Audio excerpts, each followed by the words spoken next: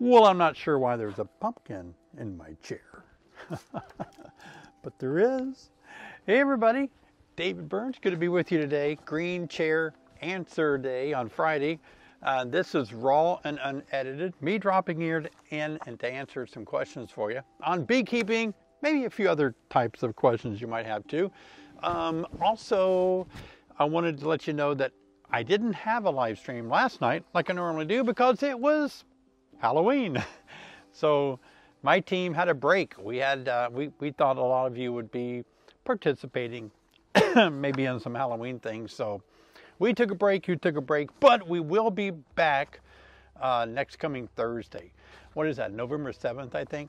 And I'll be talking about November tips in the live stream. So be sure and check that out. I'll leave a link right here. But let's jump into the questions today. These questions I got off my YouTube channel. And these questions were some, I don't think I've answered, maybe I've answered a few of these on my, I don't always get a chance to answer beekeeping questions that you ask me on my YouTube channel because there's literally hundreds of them per week. And my schedule just doesn't allow me to do that. So, but I did pick some. I do like to answer questions, as many as I can. And the best place to have your question answered is always on my live stream on Thursday night. First question, what temp do you keep your incubator set to? I have a couple of them and might try to save some cells next year. Now this is a reference to queen cell incubators. Made a few videos and I showed you guys how I put my queen cells. Maybe I capture swarm cells in the spring and I'll cut my queen cells out and I'll put them in my incubator because they're not mature and ready to emerge yet. That temperature should be somewhere between 94, 96 degrees Fahrenheit. Now, David, what do you think about, what do you do about frames that are so propolized they want to break when removing? That happens to me a lot. And it seems like no matter what company I buy them from, that I can still see that they'll break. Sometimes it's not handling the frame right with your Hive tool. And I made a video recently about the proper way to lift up frames when you're doing your inspection. Yeah, if you don't lift up the frames, I guess the important thing is to loosen the frame up before you pick it up with your Hive tool. In other words, it's going to be glued with the Propolis. It's going to be attached to the next frame or the side box or something. So as best as you can, break the Propolis seal between the frames and next to the box if it's up against the wall and the lips and all. So as much as you can do to loosen it up, the less likely the top bar is going to pull away from the side bars. But it still happens. Yeah. Hey David, do you have a North Carolina visit in the near future? Yeah, actually I do.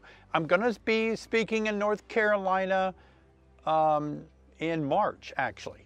I think, as I understand it, North Carolina and South Carolina are combining their state meetings, and so I've been asked to speak there, and I'll be looking forward to that. By the way, I thought this would be a good opportunity to thank everyone in Iowa for having me there as a keynote speaker at the Iowa Honey Producers Association meeting. That's really their state meeting. And it was great being there. I met so many great people. I met Jason Foley, who was the president that I was working with months before I spoke. Jason, thank you so much. Jason was always so good to contact me if I had any questions. He was right on the spot to answer my questions, getting ready to speak there. And then the new president, Chris Poots, maybe it's how you pronounce that? Chris, it was nice meeting you. And Chris took Jason's spot as president. Jason had been doing it for many years and did a great job, and Chris is taking over. And I was surprised because their state inspector was giving a briefing on how things are going in the state of Iowa as head of their apiary inspection program. And then he said something while he was talking. At the end of his little talk, he said, I want to say something about David Burns. And I was like, oh no, now what? I don't even know you. What? And then he reminded me that he actually was a candidate for the Eastern Apicultural Society Master Beekeeper program. maybe 2015 or 16 when we were in Kentucky. And he said, David actually tested me in the field. And he talked about how I pointed out to him how bees actually collect water on a hot summer day. And they put it in the little grooves around the brood area, or, around the pupae. They just fill it up with water for evaporative cooling. But that was great. And so Andrew Joseph, it was nice meeting you. And he does a great job inspecting all the hives there in Iowa, keeping everything healthy. That was cool. And another thing that was great, I got to hang out and talk a lot with H.R. Cook. H.R. Cook, he's a great fella. He's got a lot of energy.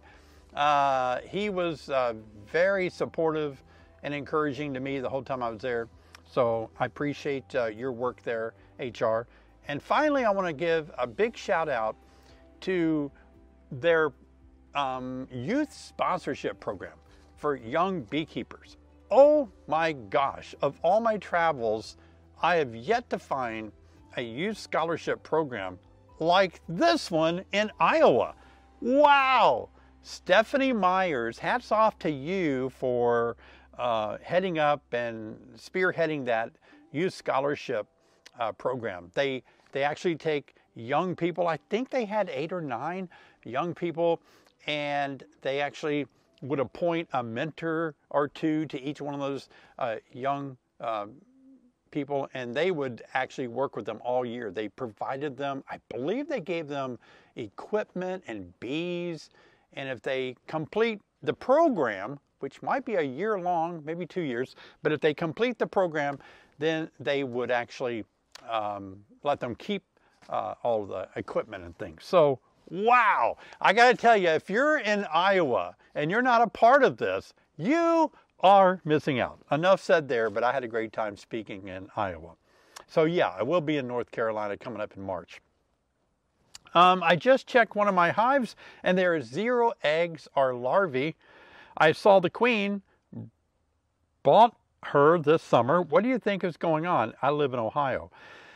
Well, let's see. That was 13 days ago. Tells you how often I get back to my comments. Let's see. 0 eggs, no larvae. I saw the queen, and you got her last summer, so she's a new queen, hopefully.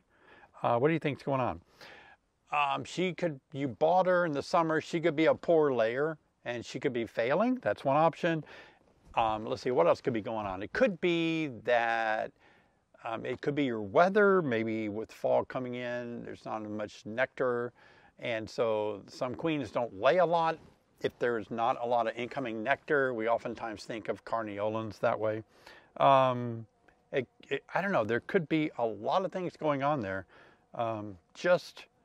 It all depends on a lot of things. So I'm not really sure exactly how to advise you, except I would keep an eye on her again, inspect every 10 days if you can afford to with the weather. Sounds like you're in Ohio. You're probably close to my weather. And we've had cool nights. Like today, it's not warm enough to do an inspection. It won't even be 60 degrees, so it's too cool to pull frames out. But I don't know. That's going to be a tough one. That's a good thing, a good reason to say that you should always make sure you've got good queens before you get too far into late summer, early fall. So I'm not sure what's going on. How far do you put the windbreak from the front of the hive? Yeah, it's good to have a windbreak. Like I've got the hives down in that yard down there that most of them face north.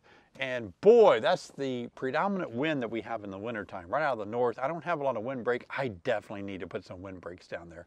Every year I'm going to, every year I say I am going to, but I don't, but I need to. But the distance of that windbreak should really be determined by its, I guess, effectiveness. So if the windbreak is too far away from your hives, the wind's just going to go over it and come back down and hit your bees. So you might want to experiment and stand where your bee hives are and see, you know, if I put something here, will that stop it?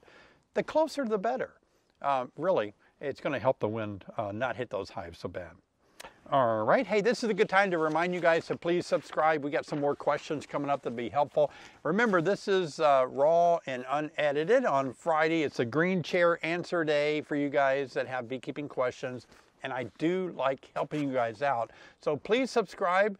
We're nearing 156,000 subscribers. I always feel funny saying that because some of you will watch this maybe in 10 years when I'll have 200,000. You'll think, oh, he's got more than that. But right now on this day, we're climbing up to 156,000. So I appreciate your loyal support. What would you use if you had a horizontal Langstroth with limited space in the roof? A frame feeder? Well, I do have a horizontal Langstroth hive, and every year I want to make a winter bee kind board that will fit in that space that is limited like you're talking about. So for me in the wintertime, because a Langstroth horizontal is different than a layens hive. A layens hive, the frames meet like this, and there's no space between the frames. But in a Langstroth always has bee space by the little sidebars touching, so bees can go up and into food, but not in a layens hive. So you said you had a Langstroth horizontal hive, so they could go up and eat a candy board. So that would be your best option. Yeah. Where do you buy the burlap that you use in your smoker? I had the best luck in buying my burlap on Amazon because I can't show you where I live because I can't turn the camera around. But if you look that way, you can see for miles that I'm nowhere near anything. So if I were to drive somewhere, it would take me 40 minutes to an hour to get anywhere to buy something. So it's easier for me to buy things on Amazon because the UPS guy will bring it to me. So I have just, out of laziness, bought my burlap. Maybe not laziness, but convenience, I guess, from Amazon. So I always leave a link in every video. If you scroll down in my video, I have a section that says that, a little disclaimer that says things that I mention in my videos are affiliate marketing. That means I get a few pennies back if you buy something. You know, but anyway, I do have a link of the burlap that I buy, and I just think that burlap works good for me. If you're leaving the queen in a cage, why do you need the homemade excluder? So I made a video on trying to overwinter banked queens. That's not going well. I'll give you an update on that. But the reason you have to have multi-layers of queen excluder material is because if you put a queen in a cage and put her in a hive that's queen right, the original queen and probably all of her court, the queen's retinue maybe, or you know, the bees that recognize their queen will see the queen that you put in there in a cage and they'll kill her because all the bees can grab her through the queen cage and sting through the cage. But if you have 2 layers, a distance between where the bees can't reach her in her cage, then you have to do that. You have to do that no matter what you're doing. Yeah. Alrighty. Ooh, big question here. My question: I find no brooding bottom deep. Is it better to switch top deep to bottom for winter, letting the queen move up and lay in the open cells, or take the bottom off completely and go with brood you have and the full medium super of honey? Hope you have time to answer this. I do have time to answer it, even though it's been 7 days. So, by the way, some of you probably are looking for answers faster. The best way to do that is join my live stream on Thursday night at 7 p.m. and ask your question there. And that way you can get a faster answer, or you can become part of my mentorship program called Bee Team 6, where every day I'm working with those and coaching those beekeepers along and mentoring them. That's a tough question. Looks like Kenneth is asking this. So you're kind of in a scenario where there's no brood in the bottom deep, and it looks like your top is where maybe your top deep is where your brood is, maybe open cells or whatever, and you're thinking about taking the bottom off completely and go with brood you have and the full medium. Oh, I see. Or you could put it on top. I don't know where you live, Kenneth. I mean, if you live really far up north, that makes a big difference than if you live, you know, down south where you don't really have as long or cold winters. That makes a big difference. But let me just say, what I could get away with is probably taking off the bottom deep that doesn't have anything in it, and then I guess, utilizing my deep and my medium honey super. I can get by with that here, even in the Midwest or the North, and even in cold weather. That should be sufficient for me. But remember this, the key is having a very good queen, low mite counts, and good nutrition. If you have those things, you can kind of configure things and get away with almost everything. Not quite, but almost. All right, here's another question. If you do a AZ hive next spring, how about a full build video with dimensions for parts and how to assemble, and then how to install bees, and then, oh, monthly management of the bees? Yeah, I've talked about how I want to do a Slovenian hive, also known as an AZ hive. And the reason it's also known as an AZ hive or a Slovenian hive is because I don't think anyone that's not from Slovenia can speak the actual name of the person that created the AZ hive, and so we just call them AZ. And so a Slovenian hive would be fun. I don't think I would build one because I'm clueless. I don't want to, although I am rebuilding my shop. Gosh, my shop has been in such dire need of my attention. We used to manufacture beekeeping equipment in there and pump out all kind of crazy stuff. So now I'm rebuilding it with my older son and Christian, my younger son, and anybody else that has a strong back and shows up. You know, I grab anybody. Excuse me, UPS driver, can you come help me lift this real quick? I mean, it's like any family member that visits me. Hey, let me show you my shop I'm rebuilding. And while we're there, swing that hammer while you're here. Wow. But, you know, I don't have time to build a Slovenian hive. So it'd be easier for me to buy one. Sorry, I can't really take the time to build one just yet. Maybe in a future. I think what I'll do is buy one already built, and then I'll get familiar with using it. And then if I wanted to build one, I could. But it's easier for me at this time to buy an AZ hive, also known as a Slovenian hive. Yeah, they're cool looking. Yep. I am a beekeeper, 600 colonies. I would really like to talk to you directly. How can I do that? Boy, that's a tough one. Oh, best way to talk to me directly is on my live stream on Thursday night at 7 p.m. You can just put something up there. I'm very, very tightly scheduled. Like even today, I'm trying to get this video published.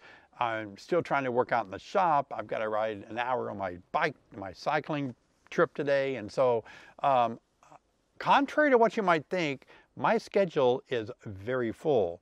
And so it's difficult for me to entertain people here at my apiary or workshop here, my studio and all.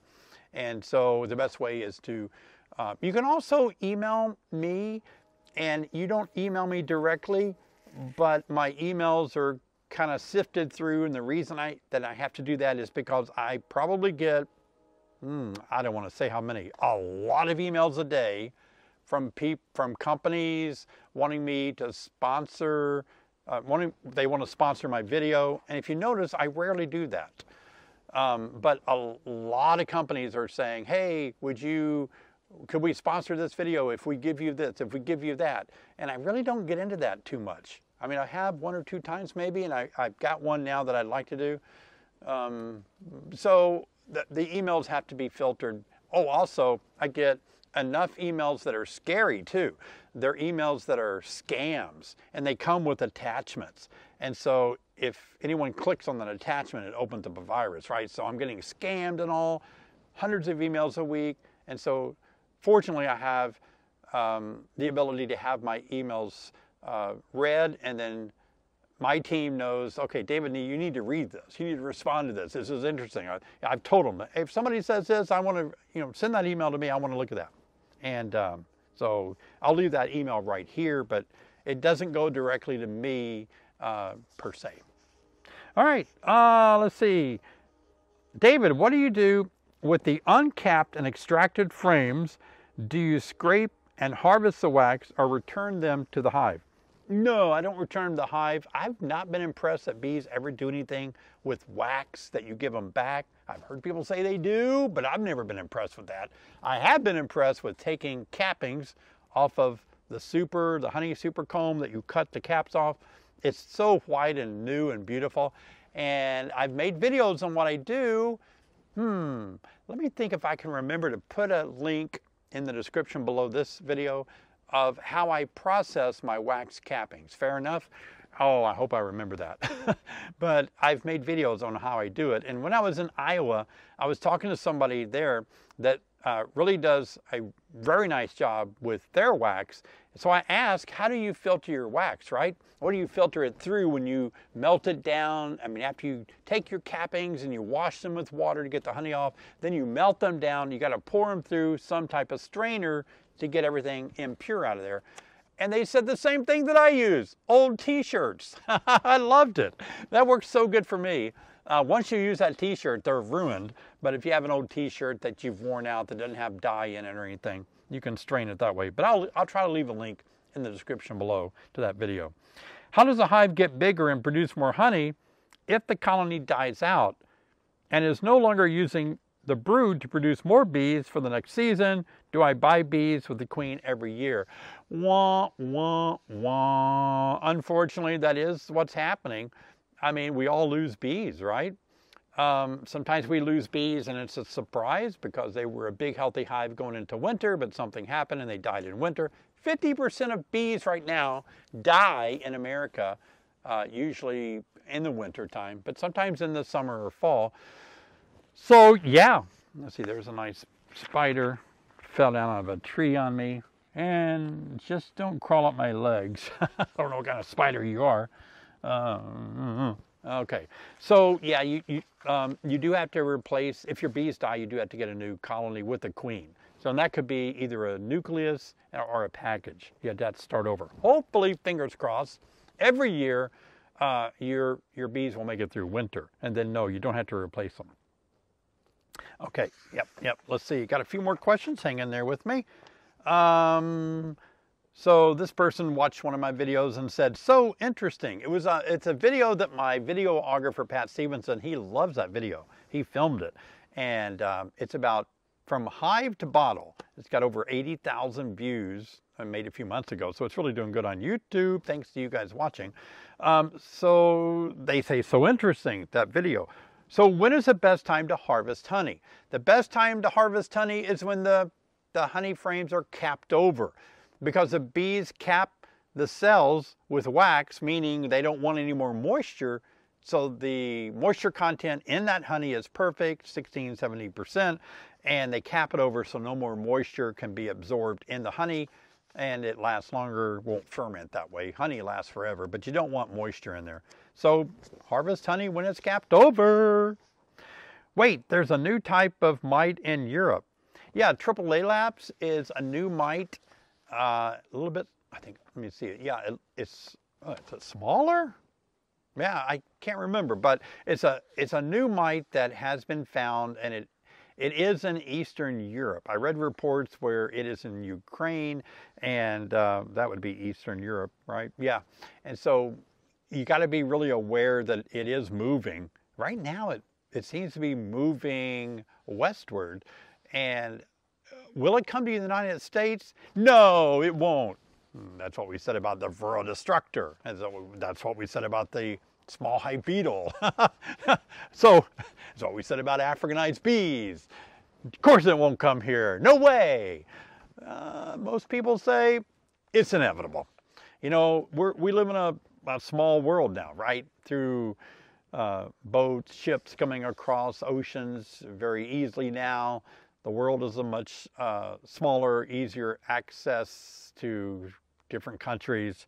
And you know, you get bees that could land on a boat, right? A ship.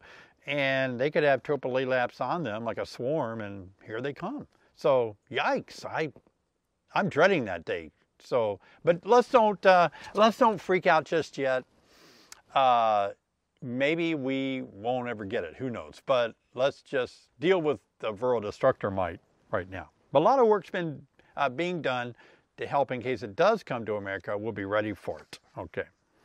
Hey, this is not a bee question, but what about, but what Apple Watch are you wearing? Oh, well, gosh, what Apple Watch? It's, you mean what series?